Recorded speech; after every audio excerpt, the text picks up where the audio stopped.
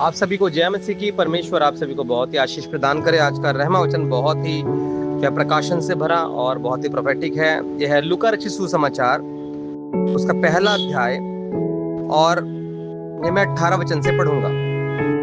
जकरिया ने स्वर्गदूत से पूछा, यह मैं कैसे जानूं, क्योंकि मैं तो बूढ़ा हूं और मेरी पत्नी भी बूढ़ी हो गई है। स्वर्गदूत ने उसको उत्तर दिया, मैं जिब्राइल हूं, जो परमेश्वर के सामने खड़ा रहता हूं, और मैं तुझसे बातें करने और तुझे सुसमाचार सुनाने को भेजा गया हूँ। देख, जिस दिन तक ये बातें पूरी ना हो ले, उस दिन तक तू मौन रहेगा और बोल ना सकेगा, इसलिए कि तूने मेरी बातों की जो अपने समय पर पूरी होंगी प्रतीति नहीं की।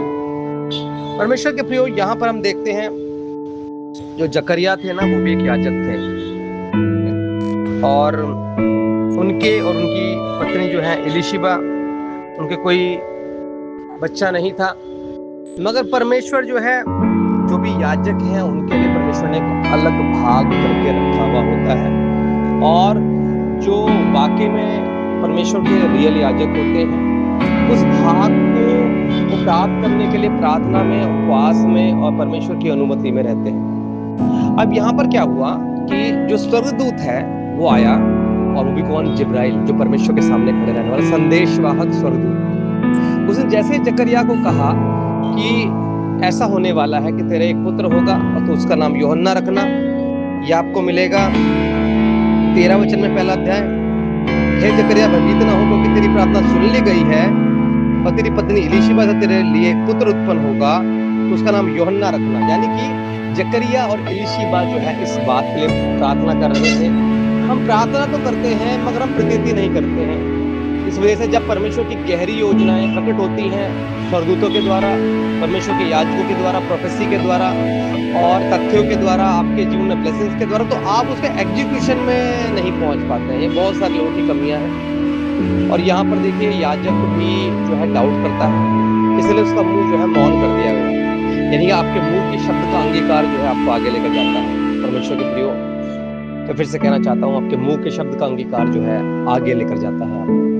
कभी भी नकारात्मक भूल के भी ना बोलें, क्योंकि आप परमेश्वर के लहू से धुलकर आप जो है उसके संतान बन गए हैं। उसने आपको जो है लेह पालकपन की आत्मा से ब्लेसिंग प्रदान की है, और आप उसकी संतान कहलाए और बन गए हैं, तो आपके अंदर वो सारे वरदान काम करने लगते हैं जो खुदावंत के। मगर वो है आपके डाउट करने की वजह से, संदेह करने की वजह से, आपको परमेश्वर को छोटा समझने की वजह से अपने जीवन में बहुत सारे तथ्यों को आप नहीं ले पा रहे हैं। मैं कहना चाहता हूं, परमेश्वर आपको यूहन्ना आपके गर्भ से देना चाहता है। वो आपके गर्भ से जो है कुछ बड़ा पैदा करना चाहता है, मगर आप अपने शब्दों को जो है यूज करके उसे खत्म कर रहे हैं। तो अपने शब्दों का अंगीकार परमेश्वर के सन्मुख करें और आप जो है शुद्ध हो जाएं। आपने देखा, और जैसे ही बाद में यूहन्ना पैदा हुआ, फिर उसने कहा कि इसका नाम यूहन्ना रखना, और इसलिए उसका मुंह बंद किया गया कि वो निगेटिव अंगीकार के द्वारा एग्जीक्यूशन में नहीं लेकर आएगा। तो ये जो अभी सितंबर का मंथ है, ये 9वां महीना है।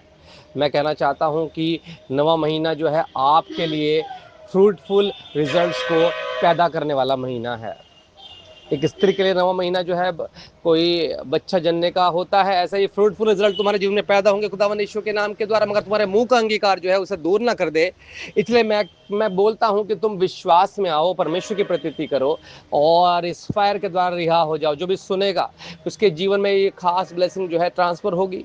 और मैं प्रार्थना करता हूँ प्रभु यीशु मसीह के सामर्थ्य नाम के द्वारा, सामूहिक जो है सभी को मैं ब्लेसिंग प्रदान करता हूँ, रिलीज करता हूँ उनके आशीषों को प्रभु, जो पिछले महीने, उससे पिछले साल नहीं हुआ, इस महीने में देखने मिलेगा। और राका दा दा दा दा दा दा दा दा दा बा रा बा जका दे रे कोन दा बा दे का दा बा दा दा दा रा बा।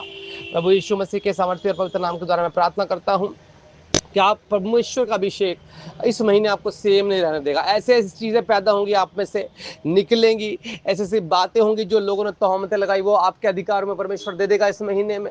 ये मैं अब विश्वास की भविष्यवाणी आपके जीवन में करता हूँ।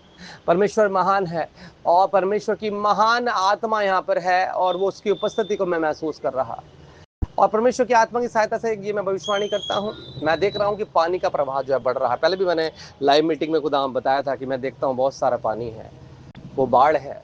परमेश्वर जो है रहम करें। मैं विनती करता हूँ प्रभु हमारे देश इंडिया के ऊपर, जहाँ जहाँ प्रभु जिस प्रांतों में ये हो रहा, आप दया करें प्रभु यीशु मसीह, बचा के रखे हैं प्रभु। हम धन्य हैं कि हम प्रभु यीशु मसीह आपकी छत्र छाया में हैं। ऐसे बहुत सारे लोग प्रभु जो आपसे दूर हैं, वो आपके करीब आने लग जाए। मेरे खुदावन पिता, उन चिन्ह और चमत्कारों को देखकर प्रभु इनके जीवन में बहुत बड़ा बदलाव देखने को मिल जाए और इनका जीवन परिवर्तित हो जाए। यीशु मसीह के सामर्थी नाम के द्वारा मैं प्रार्थना करता हूँ। तेरा याजक, तेरा दास होने के नाते जो लोग आज सुन रहे हैं प्रभु इस प्रार्थना को, वो प्रभु सब छूट जाए। हाँ मेरे पिता, इनके मुंह का अंगीकार आपके जैसा हो जाए प्रभु, सकारात्मक हो, कि ये अच्छे रिजल्ट को पैदा करने वाले बने, गवाही आए इन सभी की और महिमा खुदावंत को मिल जाए। प्रार्थना करता हूँ पिता, जो भी सुनेगा वो ब्लेसेड होगा, जो बीमार होगा वो छूट जाएगा। जो प्रभु यीशु मसीह आधे अधूरे मार्ग पे होगा, परमेश्वर इस महीने उसको पूरा करेगा। आप प्रभु यीशु मसीह आप दया करें इन सभी के जीवन पर। मैं तेरा दास और तेरा याजक होने के नाते सभी को ब्लेसिंग प्रदान करता हूँ। उनके जीवन में मैं चंगाई की, रिहाई की और फ्रूटफुलनेस की घोषणा करता हूँ। और मैं यहाँ से बोलता हूँ, बी फ्रूटफुल और be multiply in the name of Jesus Christ. और अभी परमेश्वर की योजनाएं तुम्हारे जीवन में प्रस्तुत हो और ये योजनाएं जो है बड़ा, जो आपके अंदर से बड़ा निकाले और उसकी गवाही के द्वारा लोगों का जीवन बदले। मैं धन्यवाद करता हूँ, मेरी प्रार्थनाओं को सुना और ये सुंदर प्रभु ने अभिषेक दिया और सुंदर ये प्रकाशन दिया, प्रोफेटिक स्टेटमेंट दिए आपके लिए।